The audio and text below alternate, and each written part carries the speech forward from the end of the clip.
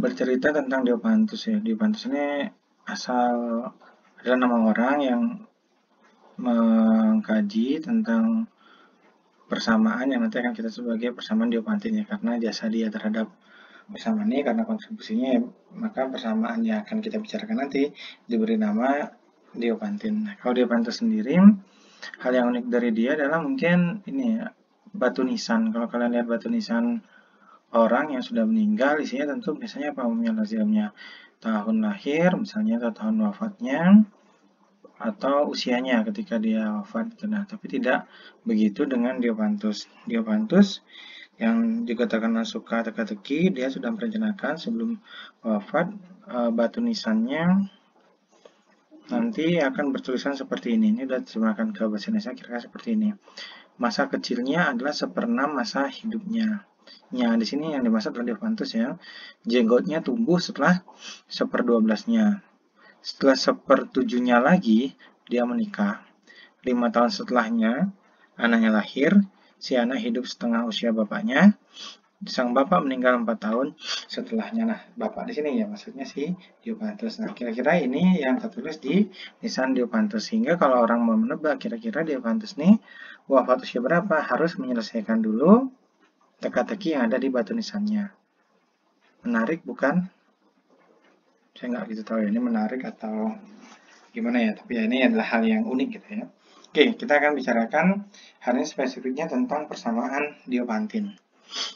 Nah, sebenarnya kalian sudah melakukan beberapa aktivitas sebelumnya, tapi sebelum lanjut saya harapkan kalian berhenti sejenak, video yang di pause dulu, kemudian coba tentukan solusi dari persamaan berikut. Yang pertama, 3x min 6y sama dengan 9. Silakan tentukan solusinya gitu ya. 1 menit 2 menit mungkin di pause dulu. Oke, kemudian 10 menit berikutnya kalian coba tentukan solusi dari persamaan 2x tambah 10y sama dengan 17. Oke, di pause dulu. Nah, silakan dilihat hal apa yang bisa kita lihat dari solusi dua persamaan yang di depan kita ini. Maksudnya solusi di sini karena semesta kita adalah bilangan bulat ya tentunya dimintalah x-nya dalam bilangan bulat. Oke, silakan pikirkan dulu sebelum lanjut. Nah, dua tadi contoh persamaan itu akan disebut sebagai persamaan Diopantin. Apa sih persamaan Diopantin itu? Sederhananya dia adalah persamaan yang mengandung variabel gitu ya, yang mengandung variabel. Kemudian kata kunci apa? Dengan yang solusi yang diinginkannya adalah bilangan bulat. Jadi secara umum kalau kita punya persamaan ada variabelnya, terus kita spesifik mau mencari solusinya yang bilangan bulat, pada saat itu bisa kita katakan kita sedang berusaha untuk menemukan solusi dari suatu persamaan Diopantin. Nah, yang akan kita fokuskan di perkalian bilangan ini adalah persamaan Diopantin sederhana yang berbentuk AX plus BY sama dengan C, yang mana sudah kalian eksplorasi ya beberapa contohnya. Nah, jadi dengan syarat apa tentunya ABC-nya bilangan bulat dan ya akan menarik kalau apa? Kalau semuanya nggak nol gitu ya. Kalau misalnya salah satunya nol aja, misalnya kalau C-nya 0 gitu ya, apa yang terjadi ya solusinya pasti ada pilih X 0, Y 0. Kalau misalnya B dan C-nya 0 apalagi. Tapi kalau misalnya C-nya bukan 0 tapi A dan B-nya 0, tentu di sini apa namanya? Solusi yang akan terjadi hanya ketika apa? X-nya 0 dan Y-nya 0. Nah, kira-kira kita akan membahas bentuknya seperti ini, AX plus B sama dengan C. Jadi persamaan Diopantin, dia linier dan dua variabel gitu ya. Oke. Kalau kembali ke belakang tadi, harapannya kalian sudah melihat kalau kita diminta mendaftar himpunan penyelesaiannya, misalnya paling mudah di sini kita dapatnya berapa? Ya X-nya 3 dan Y-nya 0, langsung 9 gitu ya.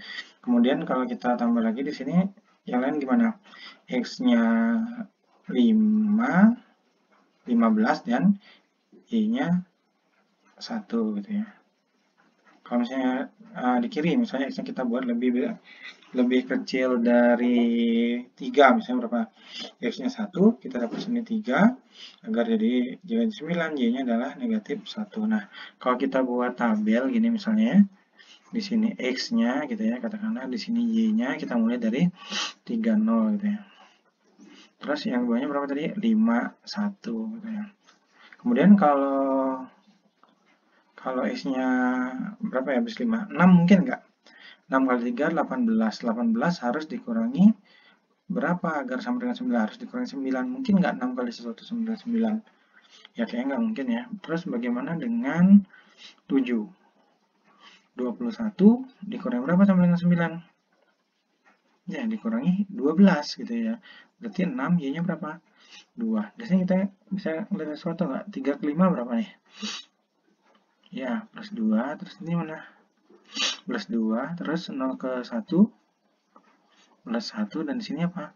Plus 1. Benar nggak sih? Dari sini kita bisa dapat konjektur kalau misalnya di sini berapa misalnya? 9 gitu ya. Paling nggak di sini berapa sini? 3 gitu ya. Kita coba yuk. 9 kali 3, 27.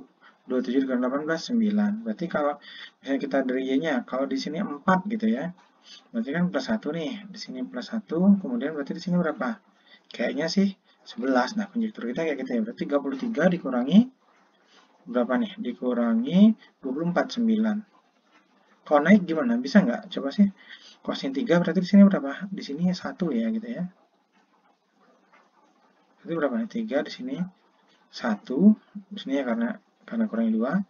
Kalau ini berkurang 1 ya di sini kalau naik ya. Berarti sini berapa? Negatif 1. Kita coba ya. Berarti 3 dikurangi 6 kali negatif 1 ya. Hasilnya berapa? 9 gitu ya. Oke. Ternyata di sini idenya gimana ya?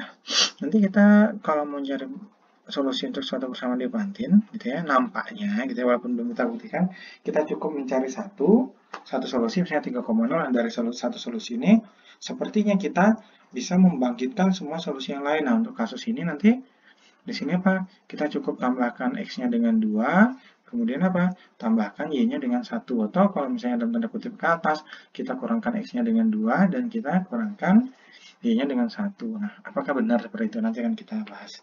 Untuk persamaan yang kedua gimana? Ya, di sini solusinya gimana pada penyelesaiannya? Himpunan kosong ya, kenapa? Ya, dia nggak punya solusi. Kenapa nggak punya solusi? Coba pikirkan dulu. Kita analisis mudahnya gimana ya? Yang mudah kita lihat, ruas kiri gimana? Suku pertama, 2X. Dia genap ya. Oke, dia genap. Terus 10Y.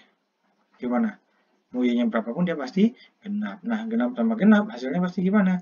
Hasilnya pasti genap. Sementara ruas kanan gimana? Ganjil ya. Nggak mungkin kan ada dua bilang genap hasilnya ganjil. Ya jelas dari sini analisis sederhana ini bisa kita lihat gimana? Bisa kita lihat bahwa persamaan Diopantin 2X tambah 10Y sama dengan 17 tidak mempunyai solusi sama sekali. Berbeda kontras dengan yang ada di atasnya, di mana yang di atasnya berapa banyak solusinya? Tak berhingga banyaknya. Yang di bawah gimana? Tidak punya solusi sama sekali. Nah, yang jadi pertanyaan berikutnya, kira-kira seperti ini. Keadaan seperti apa yang mengakibatkan suatu persamaan Diopantin punya solusi, dan keadaan seperti apa yang mengakibatkan suatu persamaan Diopantin tidak punya solusi? Nah, berdasarkan yang telah kalian lakukan sebelumnya, harapan saya kalian punya konjektur ya, dan konjektur itu kalau kalian sudah punya, sekarang kita akan verifikasi di sini. Oke. Nah, ternyata kita punya teorema spesifik untuk itu bersama teorema 2.8 tentang persamaan Diopantin. Bunyinya gini ya kira-kira. Persamaan Diopantin AX plus BY sama dengan C memiliki solusi. Oke, ini penting ya. Jika dan hanya jika dua arah. Jika dan hanya jika apa? D-nya membagi C. Dengan D apa di sini? Dengan D adalah FBB dari A dan B. Nah, dari sini sekali lagi, kita tegaskan kapan sih persamaan Diopantin AX plus BY sama dengan C punya solusi? Ya, saat apa? Saat FBB dari A dan B itu membagi siapa? Membagi C gitu ya. Dan karena ini B implikasi, kita juga bisa yakini bahwa apa? Kalau misalnya FBB dari A dan B ini membagi C, maka apa? Maka persamaan Diopantin ini akan punya solusi. Sebaliknya sekali lagi apa sebaliknya? Kalau AX plus B sama dengan C ini punya solusi, artinya apa? FBB dari A dan B akan membagi C. Nah, ini bagian pertama. Dan bagian kedua dari teorema 2.8 ini seperti ini kira-kira ya. Jika X0 dan Y0 adalah solusi dari persamaan tersebut, gitu ya. Maksudnya X0 Y0 ini solusi dari persamaan tersebut, maksudnya apa? Maksudnya kalau X0 dan Y0 kita substitusikan ke persamaan, jadinya apa? A kali X0 tambah B kali Y0, ini nilainya akan sama dengan C, itu yang dimaksud solusi. Maka seluruh solusi yang lain akan diberikan oleh apa? Akan diberikan oleh X sama dengan X0 tambah B per D kali T, dan Y sama dengan Y0 min A per D kali T untuk semua T bilangan bulat. Jadi di sini di 2.8 ini berarti ide besarnya apa? Satu, kita tahu syarat kapan suatu persamaan Diophantine punya solusi, dan yang kedua, bagian yang kedua di sini apa? Jika kita tahu salah satu solusi dari persamaan Diophantine tersebut, kita dapat mengenerate atau membangkitkan solusi yang lain dengan cara gimana? Ya, X ini akan berbentuk X0 tambah B per D kali T, dan Y sama dengan Y0 min A per D kali T, dengan T adalah bilangan bulat, dan D di sini sekali lagi adalah FPV dari A dan B. Nah, ini akan kita buktikan sekarang. Pertama kita akan buktikan dulu yang ke kanan, gitu ya. Nah, yang ke kanan apa nih? Nah, akan kita tunjukkan apa nih yang ke kanan? Coba lihat sini. Punya solusi, punya solusi jika apa, D membagi C dan D membagi FPV dari D sama dengan FPV dari A dan B. Oke ya, akan kita buktikan yang ke kanan. Nah, kita misalnya nih FPV dari A dan B ini sama dengan D. Nah, kalian tahu dong apa artinya FPV dari A dan B sama dengan D? Artinya D membagi A dan D membagi D. Nah, karena D membagi A, artinya apa? Ya, artinya A ini bisa kita nyatakan sebagai apa? D kali R. Dan karena D membagi B, artinya apa? B ini kita bisa nyatakan sebagai apa? D kali S. Dengan kata lain apa? Akan ada nilai R dan S yang bersesuaian, sedemikian sehingga A-nya sama dengan D kali R dan B-nya sama dengan D kali S. Nah, sekarang nih, kita lihat yuk. Jika solusi, nah, AX plus B sama dengan C ada, nah, kita akan lihat yuk. Benar nggak nih bahwa nanti D ini akan membagi C, akan kita tunjukkan itu ya, akan kita perlihatkan di ke kanan ini. Benar nggak bahwa kalau solusinya ada, maka D-nya ini akan membagi C, ya. Kita akan lihat. Jika solusinya ada, nah asumsikan yang ada. Nah, misalkan dia adalah X0 dan Y0. Artinya apa? Artinya A kali X0 tambah B kali Y0 sama dengan C, ya. Nah, maka apa di sini? Maka kita bisa tulis, karena kita ketahui A-nya sama dengan DR dan B-nya sama dengan DS, A kali X0 tambah B-0 sama dengan apa? DR kali X0, di mana DR-nya tadi adalah A, dan apa? DS kali Y0, di mana DS-nya ini sama dengan apa? B. Nah, perhatikan kedua suku ini. Kedua suku sama-sama punya faktor D, dan bisa kita faktorkan. Jadinya apa? D kali R kali X0 tambah S kali Y0. Padahal A kali X0 tambah B kali Y0 tadi sama dengan apa?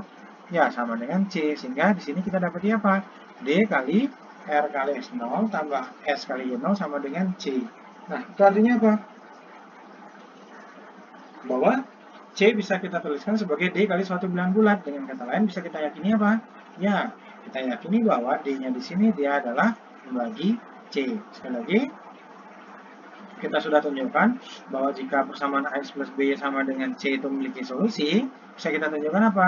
Bahwa FPV dari A dan B itu membagi C. Nah, oke ya. Sekarang bukti yang ke kiri. Sekarang kita asumsikan bahwa D ini membagi C, sekali lagi dengan D ini adalah FPV dari A dan B. Kita asumsikan dia membagi C, akan kita tunjukkan pasti bahwa persamaan Diophantine AX plus B sama dengan C juga punya solusi. Nah, karena D membagi C, kita bisa nyatakan C sebagai apa? Sebagai D kali suatu bilangan bulat T, gitu kan, C sama dengan D kali T. Nah, karena FPV dari A dan B sama dengan D, maka akan apa?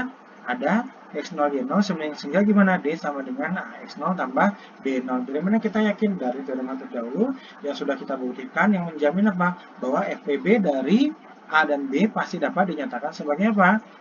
Kombinasi linear dari A dan B itu. Nah, ketika FPV-nya kita misalkan D, kita pasti bisa nyatakan dia sebagai apa? A kali X0 tambah B kali Y0. Oke, sini kita lihat. Kalau gitu, C kita tadi apa? Nah, C tadi di atas sama dengan apa nih? Sama dengan D kali T. Nah, padahal D kita sendiri apa? FPV dari A dan B bisa kita nyatakan sebagai apa? AX0 tambah B0 kita kali dengan T. Nah, sekarang kita ini nih, kita ekspansi, kita jabarin. Kita dapat apa? Kita dapat A kali T X0 tambah B kali T Y0. Nah, Dari sini apa nih? Kita bisa nyatakan apa? Fokus yang paling kiri dan kanan. Nah, saya tuliskan di sini mungkin sebentar ya. Bahwa C sama dengan A kali T X0 tambah B kali T Y0. Nah, di sini menggambarkan sesuatu. Artinya apa? C ini bisa kita nyatakan sebagai apa? A kali sesuatu tambah B kali sesuatu. Gitu ya. Oke. Oke, jelas ya? Kalau yang belum jelas, saya sekali lagi bahwa di sini apa? Karena bahwa C ini kita pasti punya solusi. Siapa solusinya ya? Kalau tadi kan pertama X tambah BY, siapa solusinya? Ya ini X-nya sama dengan T kali X0 gitu ya. Dan Y-nya sama dengan apa? Y-nya sama dengan T kali Y0 gitu. Dengan T-nya apa tadi? T tadi adalah, ya berangkat dari sini, T tadi adalah sama dengan apa? Bisa kita buat apa? Ya, dia adalah C per D. Dengan kata lain, C dibagi dengan FBB dari A dan B. Gitu. Dikali dengan AX0, solusi awal yang didapat gitu ya. Dan T-nya tadi sama, dan Y0 yang solusi awal yang didapat. Nah, X0 dan Y0, bagaimana kita yakin ada? Ya, sekali lagi, karena apa? Karena kita sudah tahu bahwa FBB dari A dan B pasti dapat dinyatakan sebagai kombinasi linear dari siapa? Dari A dan B. Sudah jelas ya, dari bukti ke kanan dan kiri sudah jelas. Nah, sekarang masuk ke bagian berikutnya, akan kita tunjukkan bagaimana mungkin jika kita punya satu solusi, kita bisa mengenerate atau membagikan solusi yang lainnya. Nah, akan kita buktikan sekarang apa? Bagian kedua, jika X0, Y0 dan solusi dari X plus B sama dengan C, maka seluruh solusi yang lain diberikan oleh apa tadi? X sama dengan, ini ya kata kuncinya ya, X0 tambah B per D kali T, dan Y-nya sama dengan Y0 min per D kali T untuk semua T bilangan bulat. Itu artinya apa? Temukan X0 dan Y0, maka semua solusi yang lain akan bisa kita dapatkan dan pastikan dalam bentuk yang ada di hadapan kita sekarang. Nah, caranya gimana nih? Dan kita misalkan yuk. Misalkan sekarang apa? Nah, X0, Y0 dan X1, Y1 adalah solusi dari siapa?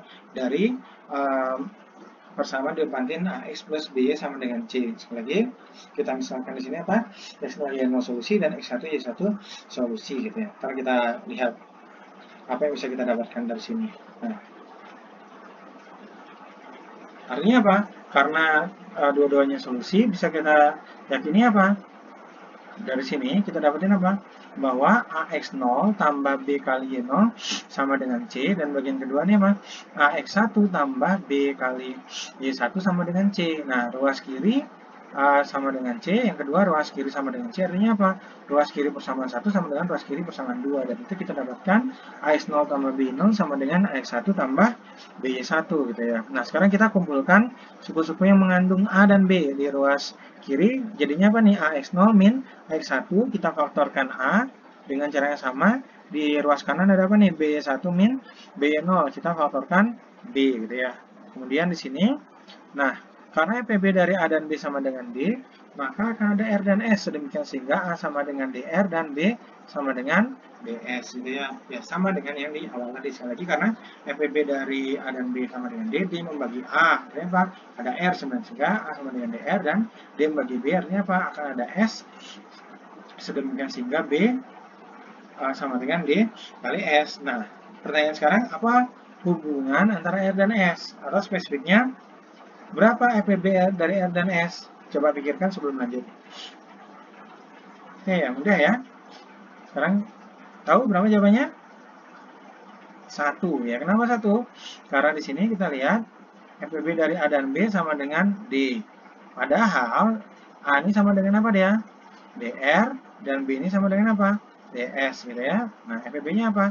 D.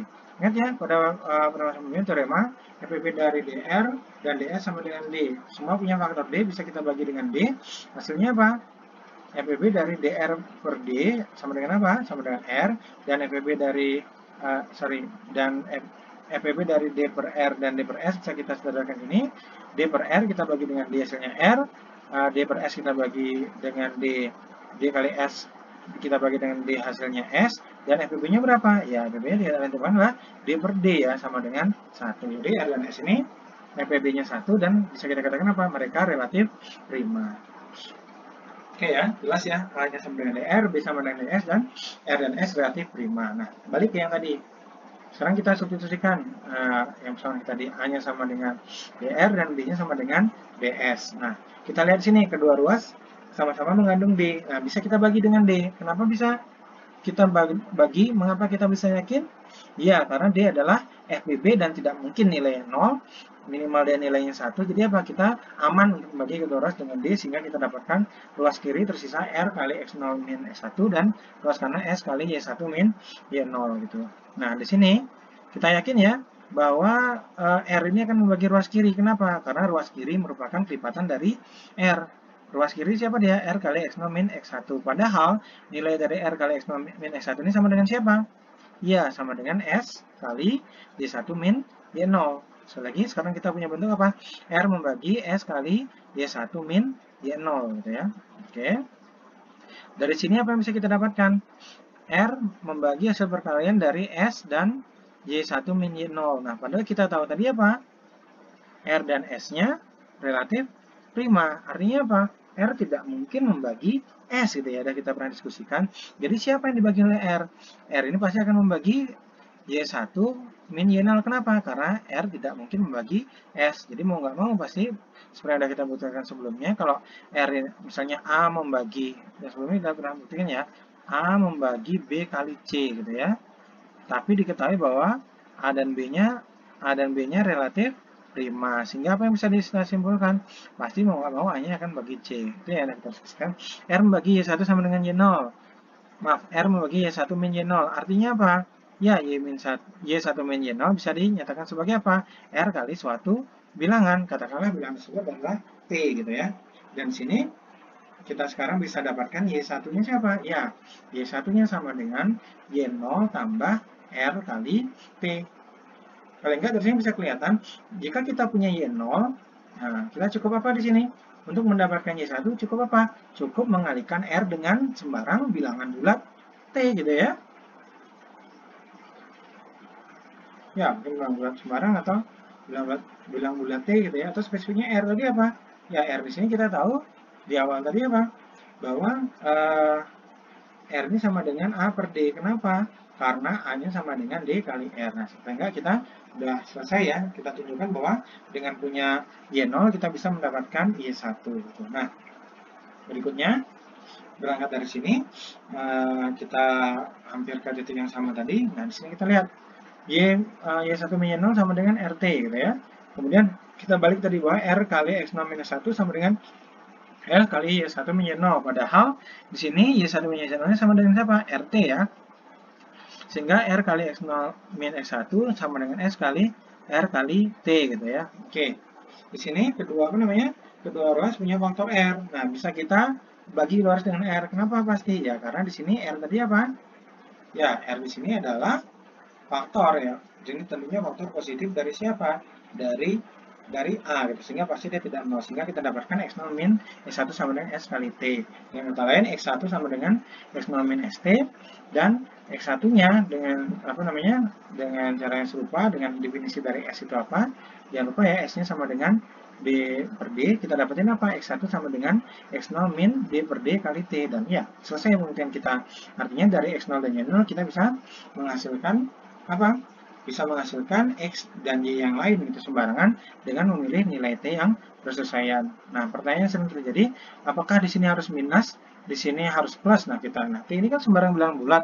Gimana kalau misalnya T-nya ini kita katakan apa ya, huruf yang belum kita pakai apa ya tadi? R, S, T, U, V gitu ya. Nah, gimana kalau misalnya T-nya ini kita ambil negatif V gitu ya? Apa yang akan terjadi? X kita di sini sama dengan apa? X0 plus B per D kali V dan Y kita sama dengan apa di sini? Y0 min ya benar ya. Min A per D kali apa di sini? Kali V. Nah, kelihatan di sini bahwa yang X-nya nggak harus melulu plus, Y-nya nggak melulu min, di sini bisa kita buat juga dengan transformasi yang bersesuaian ya, kita bisa buat juga X0-nya di sini plus, sementara Y-nya di sini Y0-nya yang diikuti dengan tanda minus gitu ya. Jadi bisa saja yang harus kalian ingat bahwa T-nya di sini, T di atas sama dengan T bawah, yaitu sembarang bilang bulat bisa diganti dengan apapun gitu ya, pasti akan mendapatkan solusi. Nah, untuk semua T bilang bulat tentunya. Nah, menggunakan tersebut, sekarang coba tentukan solusi dari dua persamaan Diophantine ini gitu ya. Ingat kuncinya apa? Kalian hanya perlu menemukan X0 dan Y0 yang bersesuaian. Kemudian kalian generate atau bangkitkan solusi yang lain.